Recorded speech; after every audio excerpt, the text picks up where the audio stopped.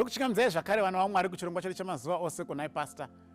Kune vatanga kutibata nhasi pachirongwa pano togedza kubatsirana kupindura mibvunzo yetogononge tinayo inopindurwa kana umbo huri mukati meBhaibheri. Saka sunungukai kutumira mibvunzo yenyu. Kune vakatumira mimwe mibvunzo inoita sekunge yanonoka kupindurwa, we kindly ask you to be patient. We will definitely address your questions. But zvikaita sekunge nguva yarebesa, sunungukai futi kutitumirazve muchiti Pastor mubvunzo uyu ndakasoutumira kare unenge usati watariswa, then tinobatsirana. Regai tiverenge mubvunzo wabvunzwa nehama yedu mukati mezuva ranhasi. Mubvunzo uri kutiwo, kuNhai Pastor, Leveticus 21 verse 5 inorevei? Is it a sin kugerwa zuda or kushepewa kana tichigerwa? Ndo mubvunzo wabvunzwa. Regai tiende pana Leveticus 21 verse 5 pacho. Inoti iyo, they shall not make any bald place on their heads, nor shall they shave the edges of their beards, nor make any cuttings in their flesh. Now it is very important, takambotaura kare kana tichidzidza Bhaibheri kuti kune zviga zvinofanira kushandiswa pakududzira Bhaibheri. One of the principles of correctly interpreting scripture is that we must take into cognizance chinonzi immediate context. Chinonzi immediate context kureva kuti vhesi yandaverenga iyi pamusoro payo nyaya yacho yanga yambobvira kupi, ko pazasi pacho pari kunzi kudii. Tisangotore maverses in isolation. Saka mukaverenga vhesi iyi in its context muchaona kuti number 1 vanhu varikutoadreswa pamapriests, but it doesn't cancel out the question though. But vari kutaurwa panapa chekutanga they are priests. The Lord said to Moses, that's verse 1, speak to the priests, the sons of Aaron, and say to them, no one shall defy himself for the dead among his people. That's the context of this verse. Iri kutaura kuti hakuna munhu anofanira kuzvisvibisa on behalf of the dead or for the sake of the dead. Saka zvinhu zviri kurambidzwa apa zvine chekuita nevakafa. Imi muri vapenyu, Mwari akanga akadzidzisa kuti vakafa havana chavanoziva. But you need to appreciate the fact that marudzi anga akakomberedza vanhu vaMwari vaitenda kuti vakafa vanoziva, and they were worshipping the dead, and they will do a lot of things on behalf of the dead. They will go into rituals vachiitira vakafa, vaizvicheka vachiitira vakafa, vaigona kutodya zvimwe zvinhu vachiitira vakafa. Saka Mwari akuti imi musazvisvibise for the sake of the dead. Ndo pari kubva nyaya iyi. Saka ndirawo ndiverenge kuna Leveticus chapter 19 27 and 28. Leveticus 19 verse 27 and 28 haisi kutaura mapriests chete, iri kutaura munhu wese now. Leveticus 19 verse 27 and 28, you shall not shave around the sides of your head, nor shall you disfigure the edges of your beard. You shall not make any cuttings in your flesh for the dead, nor tattoo any marks on you. I am the Lord.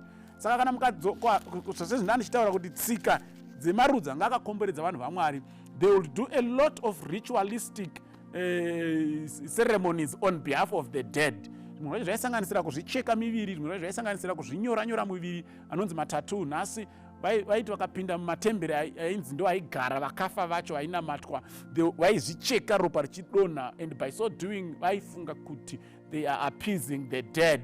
Vari kufadza vakafa kuti vasarambe vakavatsangwira, because vari kuzviratidza nekutozvicheka ropa richidzatuka, ropa richidonha. Vogerwa neimwe nzira yairatidza kuti they were honoring the dead and they were pleading for appeasement from the dead.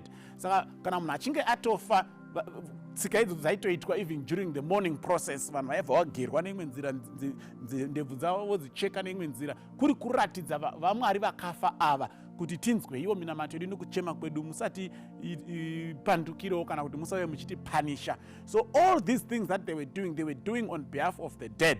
So the Israelites were now being taught by God kuti hamufaniri kuteedzera tsika idzodzo. Saka kana tichida kutora these verses in their context, tinozvibvunza nhasi kuti pane here zvatiri kuita dziri tsika dzevanhu dzavaiitira on behalf of the dead, kana kuti vachifunga kuti vari kuitira vakafa, kana kuti vari kufunga kuti vari kufadza vakafa, kana kuti vari kuzviita vachifunga kuti zvinodzivirira vakafa kuti vasavapanishe.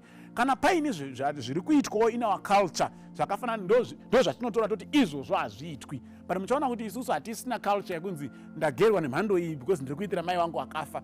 You won't find that. But unogona kunzwa munhu achiti ndatenga mucheka uyu kana tsvimbo iyi kuitira baba vangu akafa, kana kuti ndiri kunoisa guva ndorinyora ndichivanyorera tsamba kuitira vakafa, kana kuti isusu vakafa vedu vanoda kuti tipute bute. Ndo tsika dzeduwo. Saka dai kurunzi Mwari ari kutaura kwatiri nhasi aiti musapute bute muchiputira vakafa, musatenge machira matema muchitengera vakafa. But nguva yaIsraeri zvaiitirwa vakafa kwaiva kugerwa neimwe nzira, kuchechenurwa ndebvu, kuchekwa pamberi panapa vachiitira vakafa. Regai ndiverenge kuna Deuteronomy chapter 14 inogona kutipa zvakare kumwe kujeka pamusoro penyaya iyoyo. Deuteronomy 14 verse 1, you are the children of the Lord your God. You shall not cut yourselves nor shave the front of your head for the dead. Saka zvaiitirwa vakafa zvinhu izvi. It's not just a commandment yangozi don't cut the front of your head. Yobva yamira yakadaro. Don't do it for the dead. Saka nhasi uno handigoni kuti musagerwe pamberi apo. Because vanogona pastor nemhaka ndoti vaizviitira vakafa. And it has nothing to, it's not our culture kuti munhu achigerwa ari kugerwa wakafa. Mukaenda kuIndia nhasi vanotodedicata vhudzi ravo to the goddesses of their temples and their gods. Kuti unogerwa rese otoendeswa kuvamwari vavo. Otona vakadzi vachifamba nemazuda for a certain period of time vachipira vhudzi ravo kuvamwari vavo. Sadai kuti mwari aisimuka nhasi aiti don't do that, don't shave your heads for the dead. Mukatarisa maEgyptians traditionally kare vaigerwa panapa pamberi panapa chaitonge chimhanza panapa vhudzi rotosara kumashure. Vanenge vakaita izvozvo vese vanenge vari in a period of mourning. Kana vari in a period of mourning ndopa vaigera panapa pamberi pogadzira imwe mhanza pamberi panapa rimwe vhudzi rosara rakadaro. They were in a period of mourning honoring the dead. Saka munhu ari kugerwa nhasi unless kana ari kuzviitira vakafa it's wrong. But kana paino dzimwe tsika dzatiri kuita dzisiri kugerwa but tichidziitira vakafa, it goes hand in glove with what God was saying. Don't do it. You must not do it. Anything that you do on behalf of the dead must not be done. But kana uri kunogerwa musoro wako uchingorondera kugerwawo zvakanaka zvisinei nevakafa, this verse haisi zvairi kutaura. This verse iri kurambidza kuita tsika on behalf of the dead. Nguva iyoyo chainyanyoitwa kagererwe. Saka we need to be very careful. Mwana kunova saka tattoo toitwa here pastor. Matatu vanoita matattoos nhasi vari kuzviita on behalf of certain idols and gods that are worshipped. It's a world of spiritualism that you will not even want to venture into. Vanonyorwa vachitarwa matatu amunoona vemamovie vekuhollywood nemamusicians. It's a world of drugs, it's a world of sex. Nekuti vari kunamata zvimwe zvinhu zvavari kunamata zvamusingazivi imi. Saka that will definitely apply. Don't do it, because those that are doing it even up to this day, they are doing it in honor of certain spirits which are driven by the devil himself. So that you will have ventured into devil worship, into demonic worship. You will have called for yourselves demon unnecessarily. So don't do it. But kana iri dziri tsika dzekungogerwa dzisinei nevakafa nezvimwe zvimweya zvese, that is not what the scripture was addressing. Kuda kudera kuti Mwari atibatsira, acharamba achitibatsira. Amen.